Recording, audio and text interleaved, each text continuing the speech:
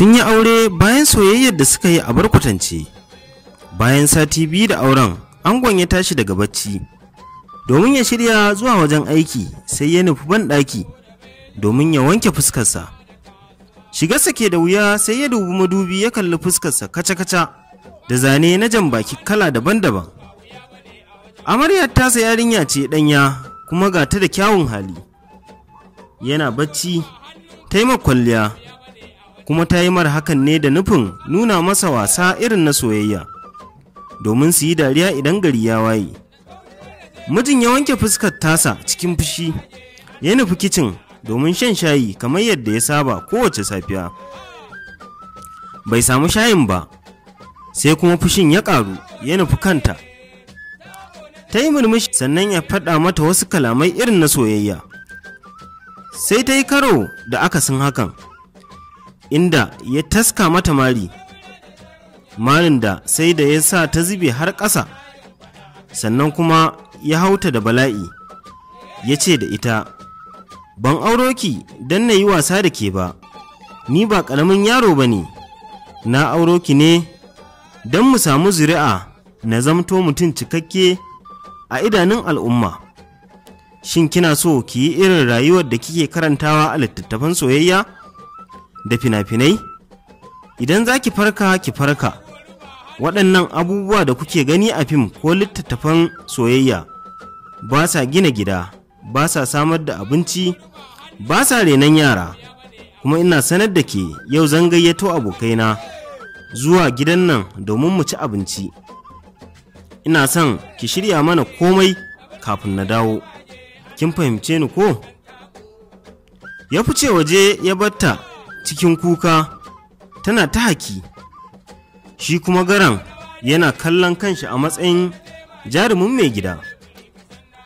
Hakan da ya mata ya sanya ta rashin lafiya, amma duk da hakan ta yi sauri ta nufi kicin, ta je tana kuka tana masa girki. Sai wasa, yaro da gurba sai wasa. Mijin bayan fitarsa sai ya gamu da wani abokinsa, yana ba shi labarin abin da ya faru, yana dariya, yana cewa da shi wai sun ɗauka aure kawai soyayya ne.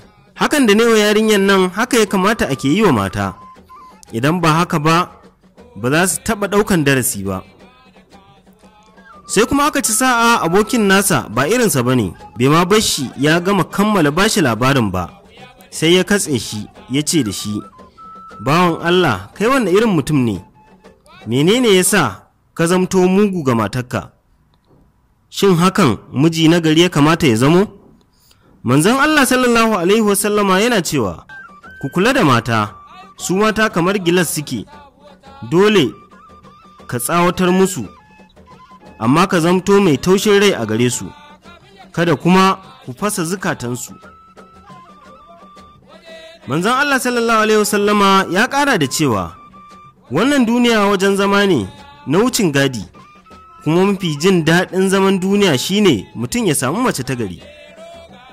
Ka yi hankali da kalamanka da kai na cewa girki da renon yara ba dole ne taimaka waɗannan ba, amma kyautatawarka gare ta zai sanya ta ta yi maka waɗannan abubuwan har ma fiye da hakan, ba sai ka faɗa mata ba. Ya kamata ka sani ba 'yar aiki ba ce gare ka. Ka koma cikin hankalinka mana, abokina, ka tuba zuwa ga Allah, ka koma ga matarka, ka ba ta haƙuri, kada kuma ka sake sanya ta fushi. Sai wasa, yaro da gurba sai wasa. Mijin sai ya dawo cikin hankalinsa, ya ji haushin abin da ya aikata. Sai ya yi da na sanin abin da ya yi, sai ya yanke hukuncin kiranta, ya sanar da ita cewa ya fasa zuwa da abokan nasa, ta yi musu girki mai daɗi, zai zo su ci tare. Ya kira wayarta ta yi ringi amma ba ta ɗauka ba, sai ya yi maza ya nufi gida, ya je ya dinga ƙwanƙwasa ƙofar amma ba a buɗe ba. Lokacin da zai fita ashe ya manta mukullinsa a cikin gidan, saboda da fushi ya fita. Yana tsaye ya rasa yadda zai yi, sai ya ji wayarsa tana ringi. Ashe yayan matarsa ne ya kira shi. Matar tasa ta kira yayanta ya zo ya kai ta asibiti yayin da ta ji ba ta da lafiya sosai, sanadiyar baƙin cikin da mijin nata ya sanya ta. Sai yayan matar tasa ya ce masa, ɗan uwa muna asibiti. Muryar tasa alamun yana cikin fushi, wanda hakan ya sanya mijin nata zuciyarsa ta kaɗa, sannan ya ji tsoron kada wani abu ya samu matar tasa. Sai ya tara a caɓa ya nufi asibiti, inda ya tarar da duk 'yan gidan su matar tasa a asibitin. Kowannensu yana cikin fushi, fuskokinsa a ɗaure, suna jiran fitowar likita daga kanta. Ya yi tunanin za su yi fushi da shi, amma kuma sai ya ga kamar ba su ma san abin da yake faruwa ba.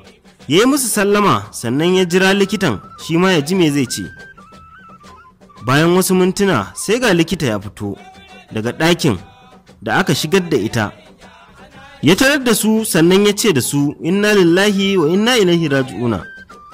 Allah ya mata rahama, zuciyarta ta riga ta buga kafin a kawo ta nan, sai dai ku yi haƙuri.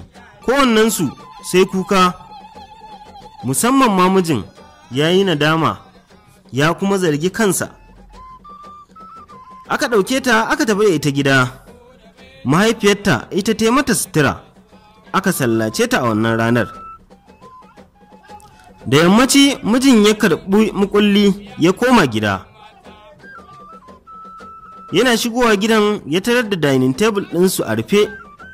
Ya buɗe yadin da ta rufe tebul ɗin, sai ya tarar da abincin da ya fi ƙauna an dafa an ajiye akan tebur ɗin.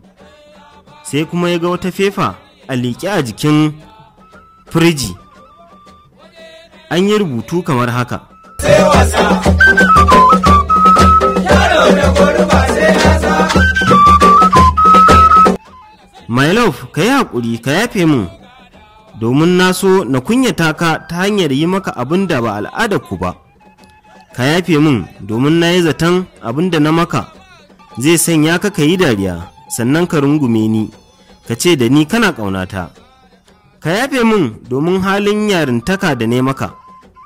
Na ɗauka za ka ɗauke ni tamkar yarinya ƙarama, ba babbar mata ba sa'arka. Na yi maka alƙawari ba zan sake sanya ka a cikin fushi ba ko ɓata maka rai.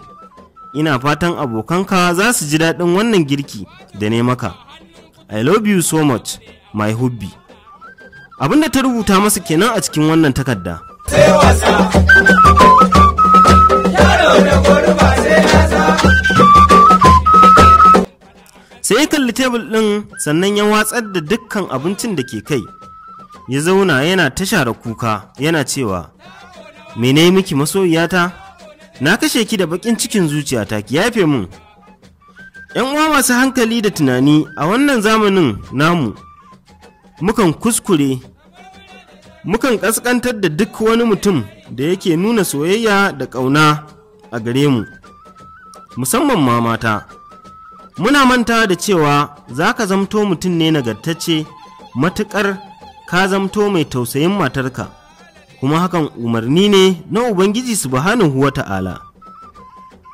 Allah jalla wa azza yana cewa, wa min ayatihi an khalaqalakum min anfusikum azwajan litaskunu ilaiha waja'ala bainakum